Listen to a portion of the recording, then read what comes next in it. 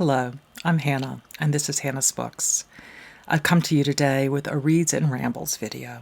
First, let me say thank you to all of you for your very kind comments on my last video. I promise that today's will be something completely different. Summer seems to be in full swing here, now in Washington, D.C. Very early in the month, as I sat by my open window doing some writing on a beautiful morning, a still cool breeze was coming in, and it was just lovely. There were blooms everywhere and birds singing out from every tree. I could also overhear the kids next door shooting hoops in their backyard, and I was a bit startled to hear the voice of one of them, low and resonant, perhaps even lower than his father's voice. I swear, last summer he was still just a little boy. Now, as we near the end of May, the world here is a bit different. We've been inundated with cicadas. Growing up in the South, we had cicadas every summer. Their exoskeleton husk, which we periodically found clinging to trees or just lying on the grass, seemed like little treasures, both to me as a child and to my grandmother, who collected the carcasses and used them to decorate her indoor cactus plants displayed in the center of the kitchen table. But the cicadas we're experiencing right now are not the annual emergence kind. Instead, we are living through the once every 17 years explosion. Instead of the somewhat loud cicada calls of a normal summer, there is an absolute and constant roar outside. I saw one graphic online that suggested that the collective sound of the insects is louder than a nearby electric lawnmower would be. I tried to record a little of the sound on my phone, and while it isn't perfect, I'll play it for you now, along with some photographs of the little beasties in action in their various stages. Some of the photos I've borrowed from friends who shared them with me, and I hope they won't mind that I'm showing them here. I'll also leave a link down in the description box to a couple of David Attenborough videos where he talks about cicadas.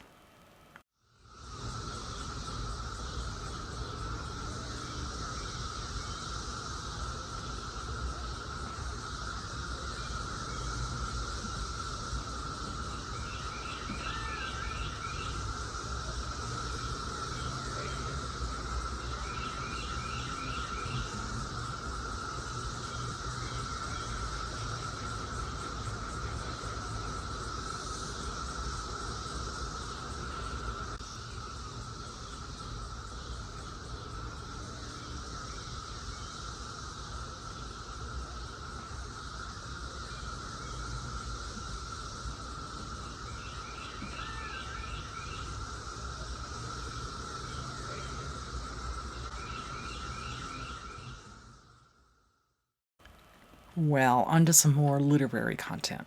I received a copy of the magazine Poets and Writers in the mail not too long ago. I've seen it on the magazine rack in bookstores occasionally, but I've never looked through it. The one that arrived through the door slot has a cover story called Free Writing Contests, and that topic really isn't relevant to me, so I almost just tossed the whole issue without really looking at it. But at the top of the cover were teasers for a few other entries, including an article by Sarah Ruhl, a playwright my son really admires, and the author of a forthcoming disability memoir, which I am really looking forward to reading. So I opened the magazine and flipped through it. I am so glad I did. It contains several really interesting essays, including one by J.T. Bushnell, all about how new authors should conceive of moving from short stories to novels. I'm not a fiction writer at all, but the essay really made me think about what I read. He talks about how short stories often take one somewhat fragile but nevertheless stable moment, and then has something push against that stability until it breaks, bringing with the fracture some kind of revelation. Once that fracture, or that toppling as he sometimes calls it, happens, the story is over. Or at least it should be, although he admits that many beginning writers are desperate to reestablish a sense of stasis, or sometimes to draw out the period of stasis in the early part of the story. As soon as I read Bushnell's formulation, I immediately thought of the short stories of Flannery O'Connor, which follow this approach in all capital letters. I've read a couple of her stories aloud on this channel, and in both of them, as in most of her others, there's an uneasy stasis at the beginning, a moment when all hell breaks loose, and then a relatively immediate ending. Before I read this article, I had fully realized it was O'Connor's style, but I hadn't really thought about how common that structure is just in general. Well, Bushnell then goes on to say that when new writers turn to the creation of a novel, they often try to draw out the period of stasis and delay the toppling. And he explains that this approach is doomed to failure. Instead, he suggests that the novel needs to begin more or less as a short story, get straight through the setup of the stasis, and then directly into the break or fracture, just as you would with a short story. But this time, the moment of toppling is only the beginning. After you have that fracture, he says, try this. Simply ask yourself what happens next. In other words, make the story longer by pushing it forward in time. And keep doing that process. Whenever he reached a moment of resolution in his own book, he would say to himself, and then? But just like in a short story, you want to leave your characters in a fundamentally new or changed position at the end. This move to a new perspective is at the heart of the whole narrative arc. One of my favorite insights that Bushnell shares is that while some writers map out the entire journey before they even start writing, he suggests that they should just let it unfold more naturally, primarily because no matter how much you plot out the journey, you really don't understand where you're going until you get there. And even if you could know, there is no one way to get there, no correct route. As he concludes, as long as you know how to read your compass, you only have to keep moving forward, and you will eventually reach the destination. You can devise better routes after you arrive. Bushnell goes through a lot of other ways to transition from writing short stories to writing novels, and I found the whole discussion really interesting. As a reader, I certainly recognize that many of my favorite books work in exactly the way he lays out, but somehow, instead of feeling like literary criticism, this article changed my own position or perspective, so I was looking from the side of an author rather than a reader. Okay, on to a few books I am reading or writing about this week. All three are 2021 releases about the poet John Keats, part of the Romantic period. Why 3 new books on Keats, you ask? This year is the 200th anniversary of his death. I'll talk more about these books sometime next month, but let me introduce you to them right now.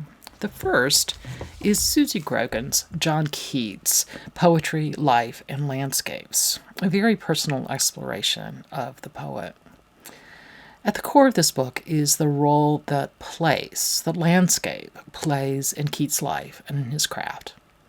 Keats is often not identified with a particular place in quite the same way as his friend and fellow poet Wordsworth was, but Grogan makes a convincing argument that location and landscape were of significant importance to him.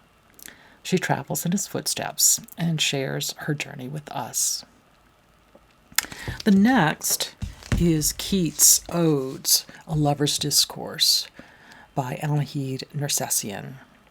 Nersessian focuses her attention on Keats' so-called Great Odes, 6 poems which include Ode to a Nightingale, which might be one of the most beloved poems in English.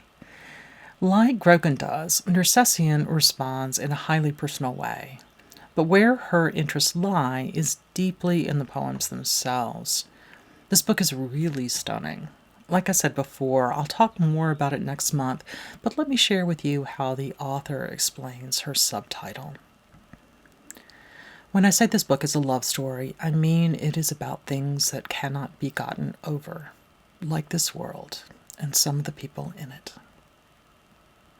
In her lyrical writing, Nersessian explains how Keats, and actually Romanticism in general, addresses some of the key themes of our own times. Finally, I want to pick up Lucasta Miller's new biography, Keats, A Brief Life, in 9 poems and 1 epitaph. I've not looked at this one yet, but two of Miller's other books, L.E.L. and The Bronte Myth, have the author on my read immediately list. Let me read from the jacket flap. In this brief life, Lucasta Miller takes Keats' best-known poems, the ones you are most likely to have read, and excavates their backstories. In doing so, she resurrects the real Keats, a lower middle-class outsider from a tragic and dysfunctional family whose extraordinary energy and love of language allowed him to pummel his way into the heart of English literature, a freethinker and a liberal at a time of oppression, a human being who delighted in the sensation of the moment, but a complex individual, not the ethereal figure of his posthumous myth. I'm very much looking forward to this book and hope I will have time to read it this week. Finally, I want to talk about my favorite weekend tradition, reading the New York Times while my family has breakfast together. This week, my husband toasted bagels and served them with cream cheese and lox, along with coffee. My favorite section of the Times is, of course, the book review, the NYTBR. And my favorite feature in the book review is almost always the by the book column. This week, questions go out to Chris Bosh, a basketball star I have never heard of. That in no way means he isn't famous. It just means that I know almost nothing at all about basketball or any other sport. Nevertheless, I enjoyed his responses. First, when asked how he organizes his books, he gave what I think might be a basketball-centric answer. Sometimes people use Dewey Decimal or Library of Congress call numbers. Sometimes people split books more loosely into genres or countries and then alphabetize, which is more or less what I do. Some folks are fancy and arrange things by color, or not at all fancy, or not at all organized. As I am sure is true in his career, Bosh thinks first about size, arranging his books by, as he says, putting the small ones with the small ones and the big ones with the big ones. You'd think he was coaching a little league team.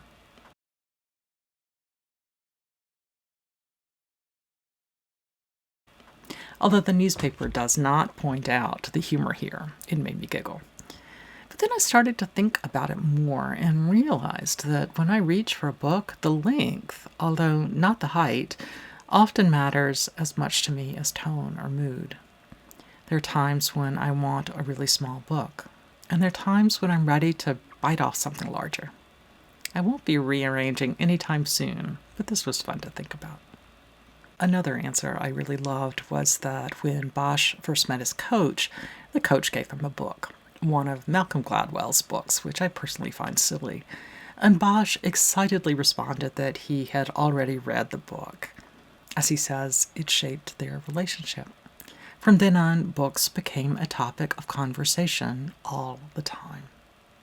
It's a simple little moment that I'm not sure I would have expected to happen in a locker room, but that fundamentally it's a universal one, that moment when we find the kindred spirit with whom we can share our reading. Lovely. Well, that is it for this week's Reads and Rambles. Thank you so much for joining me here today on Hannah's Books. See you soon.